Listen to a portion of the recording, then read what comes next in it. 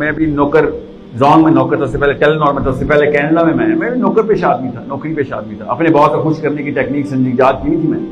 یہاں تک کہ مجھے یاد ہے کہ میرے ایک اسٹوڈنٹس اس طرح آپ کی طرح آتے ہیں، تو میرے اسٹوڈنٹ نے لیکچر کے دوران کام سر نے پوچھا کہ سر آپ زونگ میں کیا کرتے ہیں؟ میں نے کہا بچوں سے تو نہیں جھوٹ بولوں گا. میں نے کہا میں پالیٹکس کرتا ہوں. کہتے آپ نے پڑھا کیا ہوا؟ میں نے کہا پچھلے 8 سال سے پولیٹیکل سائنس پڑھا.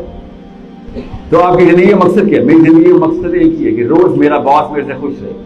کیوں؟ اس سے کیا ہو جائے گا؟ اس سے مجھے اطمینان ہوگا کہ اگلے مہینے تنخواہ آ رہی ہے میری.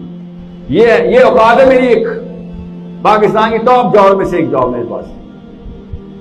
تفہیم ایسے کرتی ہے، جب فلسفہ کلیئر کرتی ہے آپ کو کسی قسم کا تردد نہیں ہوا مجھے کہ یار بس کھانی ختم یار.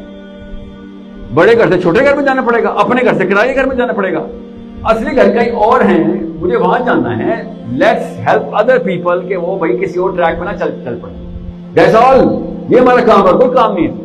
اصلی کام یہ ہے کہ بھیا میں اس راستے سے گزر چکا ہوں، میری 40 سال عمر ہو گئی ہے. جس راستے سے آپ گزرے میں اس آگے کھڑا ہوں، اگلے سٹاپ پہ کھڑا ہوں. میں اس سٹاپ سے راستہ بدل لے، آگے آگ لگی ہوئی ہے. یہ کیوں نہیں کوئی بتا رہا مجھے بڑھا کے؟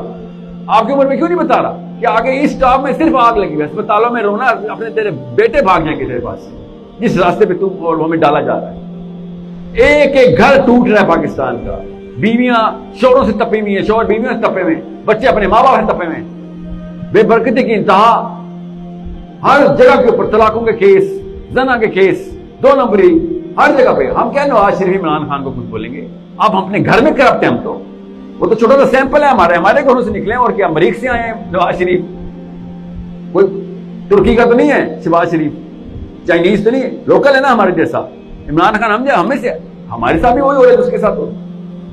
ہمیں سمجھ کیوں نہیں آ رہی کہ مسئلہ ہم نے کہیں اور کر دیا ہوا ہے. We don't even know who we are. اپنے آپ کو شناخت کے اندر لے کے آتے ہیں. Let's see. کیونکہ ہوتا کیا ہے سر؟ مسلمان کیا ہوتا ہے؟ لیٹس جسٹ سے آپ میں سے کوئی مجھے بتائے سر مسلمان کا مطلب کیا ہوتا ہے؟ اب میں نے یہ بات دیکھو، یہ فلم ایکٹر بولتے ہیں تو مجھے سمجھ آتی ہے، خیر ہے ان کی. یہ مسلمان بھی آپ مسجدوں میں بولنا شروع کریں کہ اسلام کا مطلب امن ہے. یہ کس نے شروع کیا ہے یہ ہیش ٹیگ اسلام کا مطلب امن ہے، سلامتی؟ یہ ڈیفینیشن آف اسلام کو بدل لے گا تو ڈیفینیشن آف مسلمان تو بدلے گی نا. دھیان میں رکھیے گا، اسلام کا مطلب سلامتی جو ہے نا، یہ خواتین کو سنا لیا کریں، ٹھیک ہے؟ ایموشنل ہوتی مان جائیں گی. ان سے زیادہ ہم نے چھری چاقو نہیں اٹھوانے، بندوقیں نہیں نکلوانی، ان سے وزن نہیں اٹھوانا، پتھر نہیں توڑوانے. خیر ہے، ایک مسلمان مرد بیٹھ کے اسلام کا مطلب سلامتی ہے. صحابہ کو تو کچھ اور سمجھ آیا تھا. اسلام کا مطلب سبمیشن ہے. قولوا اسلمت، جب اللہ تعالیٰ لکھتے ہیں نا کہ ابراہیم نے کہا قولوا اسلمت، کہ میں جھک کے تیرا گیا، بس اب جو تو کہے گا ہوگا. سبمیشن کے علاوہ کچھ اسلام نہیں ہے. دور کہہ جاتے ہیں، امریکہ کے صدر رہے بینجامن فرینکلن، کہتا ہے کہ if I have to choose between righteousness and peace، راست بازی ہوتی ہے righteousness، صحیح کام کرنا. if I have to choose between righteousness and peace، امن میں سے اور راست بازی میں سے مجھے چننا پڑے، then I'll choose righteousness. کہ 2 نمبر امن نہیں چاہیے ہمیں کہ بس ڈر کے چھپے ہوئے سارے کہ ہاں بس سب کچھ ٹھیک ہے. یہ میں گورے کی بات بتا رہا ہوں، ان تک اسلام پہنچائے. ان کو کیسے پتہ چل گیا کہ اندر کی فطرت کی آواز ہے؟ بھائی نہیں سر، غیرت پہ کمپرومائز نہیں ہے. if I have to choose between راست بازی اور امن تو I'll choose righteousness. اور ہم یہ کہہ رہے ہیں اسلام کا مطلب پیس سر، امن. اور اسی وجہ سے امن کو پرچیز کرتے کرتے کوئی بندہ باہر نہیں نکل رہا کہ بھائی میرے گھر پہ تو امن ہے نا. یہ کانسیپچل کلیئرٹی جو ہے نا، یہ اپنے اندر بالکل بلیک اینڈ وائٹ کلیئر ہوتے ہیں کہ اگر امن کمپرومائز کرنا پڑے تو کریں گے. نبی علیہ السلام سے زیادہ کس نے کمپرومائز کیا تھا امن کو؟ پے در پے کہی جاتا ہے. تجھے کیا چاہیے؟ تجھے بادشاہ چاہیے؟ یہ لے. تجھے کیا چاہیے؟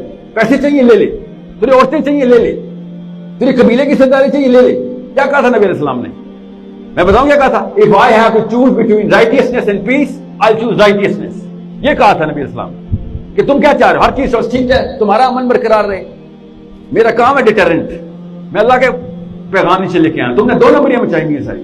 تم اللہ کو نہیں مانتے ہو، نیچے ہر چیز تمہاری غضب مچا ہوا ہے. تم سمجھ رہے ہو کہ اس کو اسٹیٹس کو مینٹین کر لوں گا میں. آپ امیجن نہیں کر سکتے کیونکہ آپ مسلمان میجورٹی میں پیدا ہوئے ہیں کہ نبی اکیلا جب شروع کرتا ہے لائف کا مطلب کیا ہوتا ہے.